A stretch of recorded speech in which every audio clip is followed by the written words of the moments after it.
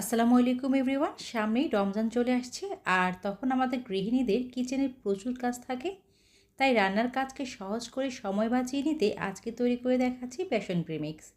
এই প্রিমিক্সটা তৈরি করে রাখলে বিভিন্ন ধরনের খাবার বা পাকোড়া তৈরি করতে খুবই সহজ হয়। প্রথমে এখানে 2 কাপ বেসন নিয়ে একটা চালনি দিয়ে চেলে নিব। আর এভাবে করে বেসনটাকে চেলে নিলে বেসনের যে দানা ভাবটা থাকে সেটা আর থাকে না, আর বেসনের গোলাটা অনেক মসৃণ হয়।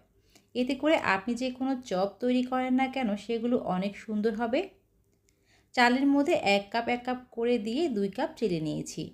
বেসনগুলো চেলে নেওয়ার পর এর সাথে 1/4 কাপ দিয়ে দিলাম চালের গুঁড়া। যদি প্রতি কাপের হিসাবে নেন তাহলে 1 কাপের জন্য লাগছে 2 টেবিল চামচ চালের গুঁড়া। এরপর 2 চা চামচ দিচ্ছি লাল মরিচ গুঁড়া। সুন্দর একটা কালারের জন্য 1/2 চামচ দিব হলুদ গুঁড়া, তবে হলুদ গুঁড়াটা না দিলেও হবে।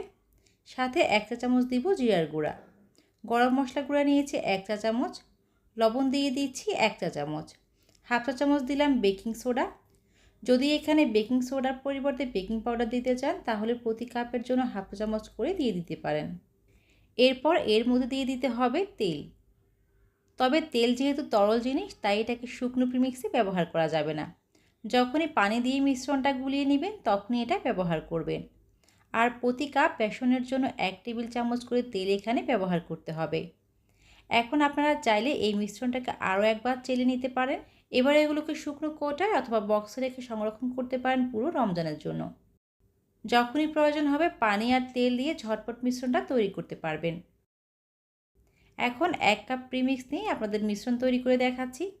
বাটির মধ্যে 1 কাপ প্রিমিক্স নিয়ে নিলাম। এই 1 কাপ প্রিমিক্সের জন্য আমার লাগবে পানি। অল্প অল্প করে পানি দিয়ে মিশিয়ে একটা মিশ্রণ তৈরি করে নিব। বেশি পানি একসাথে দিতে যাবেন না, অল্প অল্প করে পানি দিয়ে এটাকে মেশাতে থাকবেন। 1 কাপ প্রিমিক্সের জন্য আমার পানি লেগেছে 1.25 কাপ।